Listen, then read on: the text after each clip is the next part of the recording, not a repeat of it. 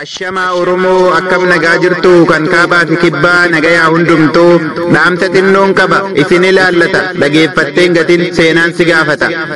Ahmad Muhammad Bosona Baalee galatoomi umriin keessi haa turu yaa kan sagalee rakkataa ta'ee dubbataa jiru osoo inaaftuun baay'een daandii rahmataa ciru.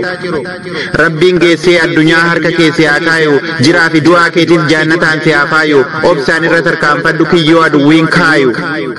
Nama gargaaruuf dursa nama ta'uun gahaadha namni nama hin gargaarre namaa miti dhagaadha jechuuf dhagaanuu cabee walirra koree ta'a ijaarsa manaaf oolee yookaan ispaaltii ta'a.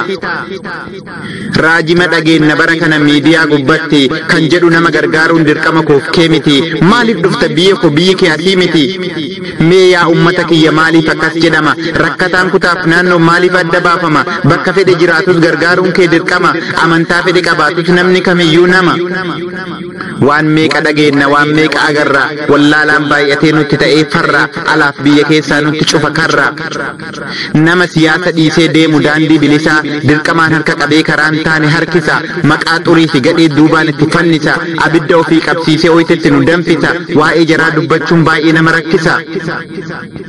Yeroo mootummaan jaalalaaf misooma diriirsutti jira ardas dhokatee kan harkisu boodatti gowwaan kansaa hin beekne waa'ee namaa irratti yaada dadhabaa kaasa baatee sammuu keessatti qaroomina addunyaa irraa bahee moggatti.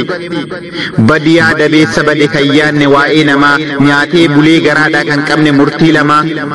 Gurri kee qaawwataanaan dhageeffadhu siif hima nama rakkate gargaaruuf nama ta'uun dirqama inaaffaan rukutamtee hin yaadin dubbii hamaa.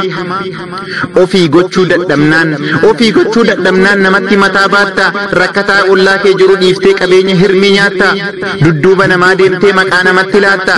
Badiyaa wallaalummaa mana ifaa hin qabne qululluu mirgoo badduu dibicha gaafa hin qabne guddisaa ilmoo badduu waan jettu hin qaanfanne nama waggaa 28 ollaa keetti rakkatu harkaan lafarra deemee harka namaa eeggatu isa daaree huqqatee beelaaf dheebuun rukutu. Maaf gargaarama jettee gaafa afuuftu xurumbaa kiyyoo dabaa tolchitee cinatti baatee labbaa.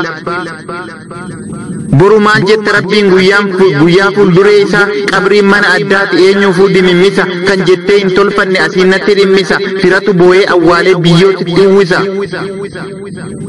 Rabbiin fayyaa siif kennee si godhee qaama guutuu sirraa fuudhee waan hunda ni danda'a dhoggatu. Kana dagattee rakkataa hin gargaarinaa jetta afaan irraa fudhattee sagaleedhaan dubbatta nama sagalee rakkataa ta'e ammoo itti dhaaddatta. Ayi badi wallaalaa gogaa qalbii hin qabne kan garaa isaa malee kan biyyaa isa dhibne kan beelaaf dheebuun rakkataa sammuu isa yaachifne. Obsimee yaa inaaftuu rakkataan biyyan qabu haa gargaaru hundinuu waan harka keessaa qabu yaa kan rakkataa inaaftuu harki keessi haa cabu rabbiin gaafadhee anu waan jedhe irraan dhabu. Jechi nama wallaalaa garaa nama madeessa jireenya ifaa qabu namatti golgoleessa. Yoo gargaare maal qaba inni hin qabne hiyyeessa eenyu hundee jiraata biyya addunyaa keessa ofii keetii hojjettee dalagattee sooratta sanuu guddifachuudhaaf osoo qabdu dheebotta ba'aa jiru dadhabdee wanta hin dandeenye baatta irriba gahaa dhabdee halkanii guyyaa kaatta. Inni ija hin qabne hoo kan miilli isaa cabaa mee rabbii isaa malee maal hojjetatee qaba yoo gargaaranoo kana maaliif isin dhukkuba. Gaafii namatti uuma sammuu nama dhiphisa kanneen nama jechuun baay'ee nama rakkisa.